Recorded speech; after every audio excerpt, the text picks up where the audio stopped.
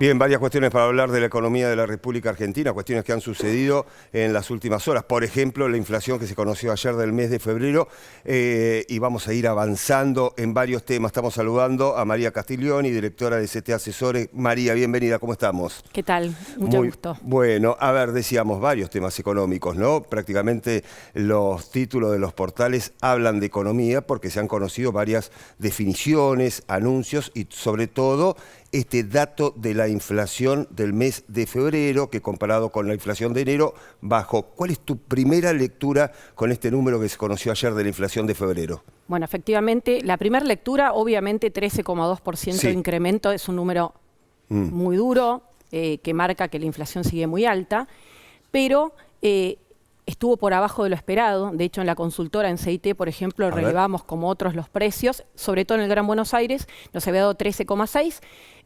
Cuando uno mira la apertura del INDEC de ayer, hubo una dispersión regional, es decir, en el Gran Buenos Aires hubo más inflación, 15%, en otras regiones hubo entre 10,9 y 11,9, y tiene que ver con que en febrero en particular fue muy incidiente todo lo que tiene que ver con los regulados, los servicios regulados, entre ellos el transporte, donde en el Gran Buenos Aires tuvo un aumento muy fuerte, de 250%, obviamente eso incidió en ese rubro que fue el que más aumentó. También tenemos el aumento de lo que tiene que ver con la luz, etcétera. O sea que sí, fue un número que estuvo por abajo de lo esperado y eso es una buena noticia.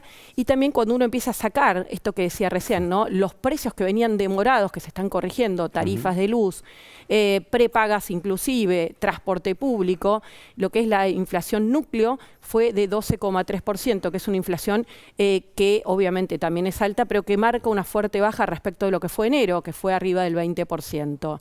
Entonces, esto sí es una noticia positiva, porque además se está dando en un contexto donde los precios están liberados, no hay congelamientos que son pan para hoy, hambre para mañana. Lamentablemente estamos pagando los costos de haber distorsionado, ¿no? La inflación no se corrige con congelamientos de precios, sino con políticas macroeconómicas, que es un poco lo que se está encarando en este momento. Perfecto. María, otro de los números que se vio y que es interesante es cuánto necesita una familia tipo para poder llevar adelante su vida, su canasta básica, 690.000 pesos. ¿Qué nos arroja ese número? Bueno, esto lo que va marcando es el presupuesto de una familia tipo y cómo va evolucionando en el tiempo, ¿no? Que está ligado a la evolución del precio de algunos productos más básicos de alimentos, bebidas, transporte, dentro de lo que es la canasta total de consumo que está en el IPC, ¿no? Y el incremento estuvo parecido al promedio, un poco por arriba. Cuando uno ve solamente alimentos, que es para no caer en la indigencia, el incremento estuvo por abajo de lo que fue la inflación total, teniendo en cuenta que alimentos y bebidas aumentó por abajo de lo que fue la inflación total. Y obviamente cuando la inflación incrementa, el costo de todo lo que hace falta para no caer en la pobreza, que es la canasta básica total, o para no caer en la indigencia, que es la canasta básica alimentaria, va moviéndose también. Acá el punto clave es la comparación con cómo van aumentando los ingresos, ¿no? Que en los últimos años lo que venía pasando es que el aumento de los costos tanto la canasta básica alimentaria como la total, eran mayores que los ingresos promedio, ¿no? Hay algunos sectores que lograban acompañar la inflación, pero una buena parte no, y esto es lo que explica por qué hay cada vez más gente que no cubre esa canasta y que cae, por ende, en la pobreza o también en la indigencia, ¿no? María, con estos datos, con estos números, ¿se puede empezar a hacer alguna proyección? Yo sé que es muy reciente y falta para la inflación de marzo. Bueno, marzo, estacionalmente, todos los años es un mes complejo, porque tenemos los incrementos, sobre todo el rubro educación, que es muy significativo en el mes de marzo, algunas tarifas que se corrigen en los meses de marzo, con lo cual es un mes que en general es más complicado, sobre todo que febrero, ¿no?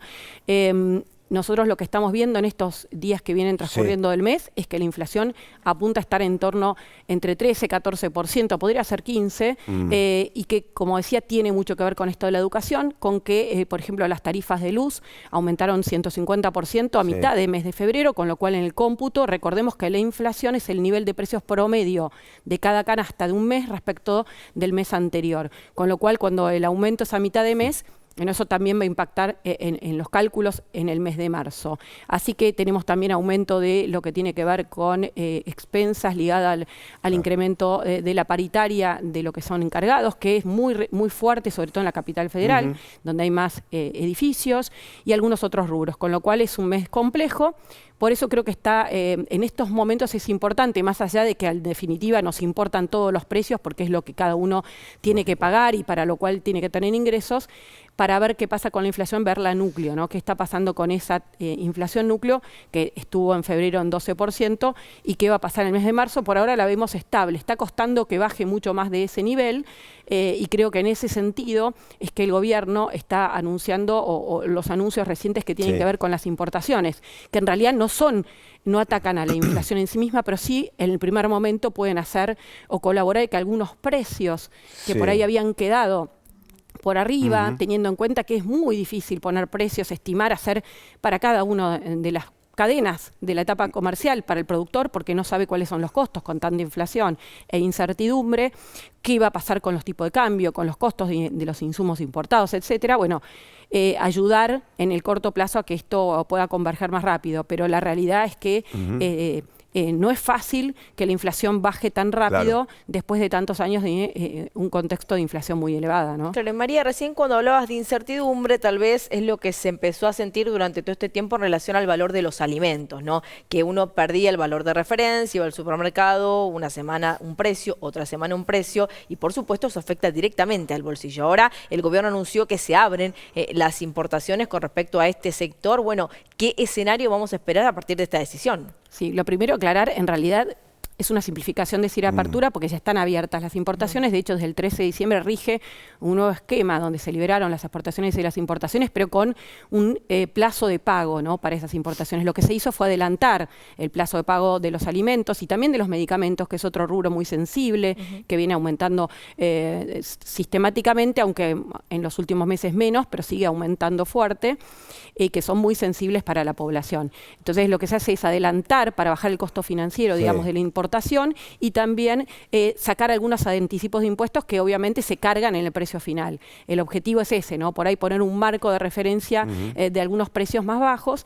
Y también es cierto que al final del día hay algunos productos que la demanda, la gente no los está convalidando, está bajando la demanda de estos productos y sobre todo los durables que uno puede estoquear, ¿no? Que hubo, de hecho, cuando uno mira el año pasado, en las fechas de las elecciones, en las PASO, en octubre y en el balotaje, hubieron récord de venta, de volumen de venta en los supermercados y mayoristas, y tenía mucho que ver con el estoqueo que hacía la gente, sobre todo de bienes durables, porque había incertidumbre. Decían, bueno, ¿qué va a pasar con el dólar después de las elecciones? ¿Qué va a pasar con el cambio de gobierno? Algo va a ocurrir.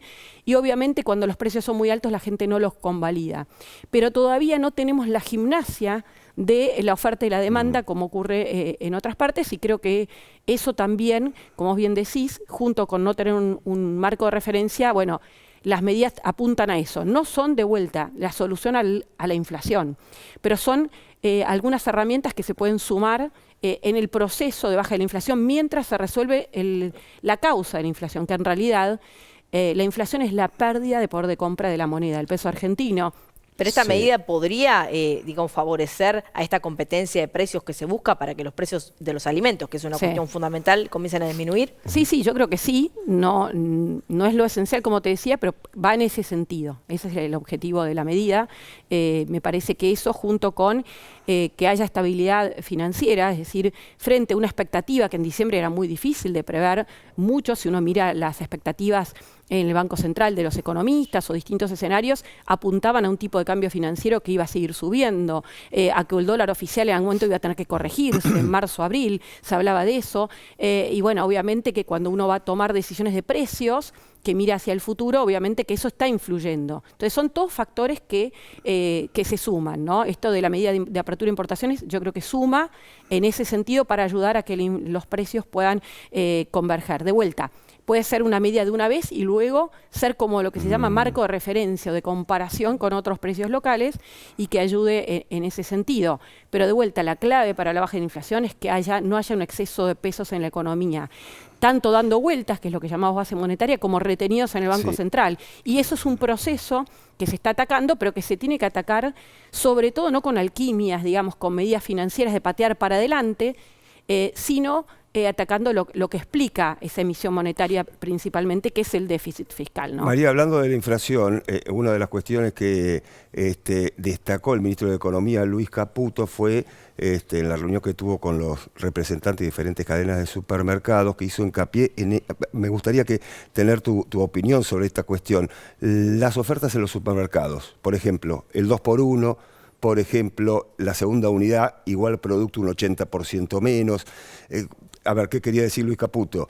Que en realidad podrían haber bajado los precios de cada unidad sin tener que llevar a cabo esta promoción, ¿no? Justamente estamos compartiendo lo que expresó el ministro de Economía en la red ex Twitter, ahora X, ¿no? Justamente haciendo mención a estas cuestiones que hacen a los precios en la República Argentina y a la inflación. Jumbo cambiando la modalidad de sus promociones, bueno, festejando la decisión, por ejemplo, de este supermercado Jumbo, ¿no? Y también del supermercado Bea.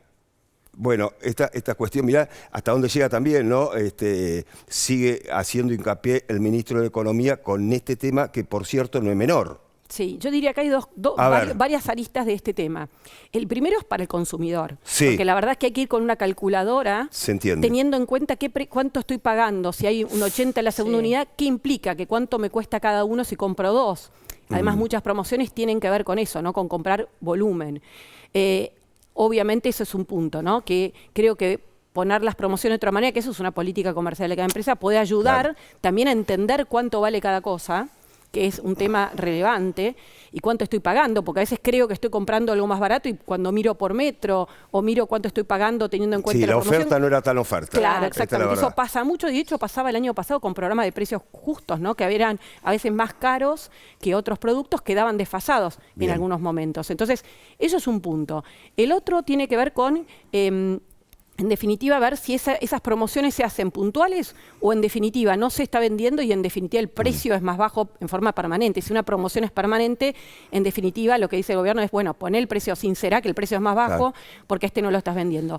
Y respecto a la estadística, hay un gris ahí en cuanto releva el INDEC. Por eso no es fácil capturar las promociones. No ha sido fácil antes, no es la primera vez que hay promociones. La pregunta es si ahora hay más promociones que en otro momento. Entonces, para tratar de capturar efectivamente cuáles son los precios que efectivamente está pagando el consumidor. Entonces creo que hay muchos grises y la idea es sobre todo empezar a clarificar también para el consumidor, ¿no? De vuelta, esto es importante porque si no es muy complicado hacer compras, comparar con otros... incluso con otros lugares de expendio, ¿no? Otras bocas de expendio, para ver qué conviene hacer. Bien, gracias María por venir. No, de nada.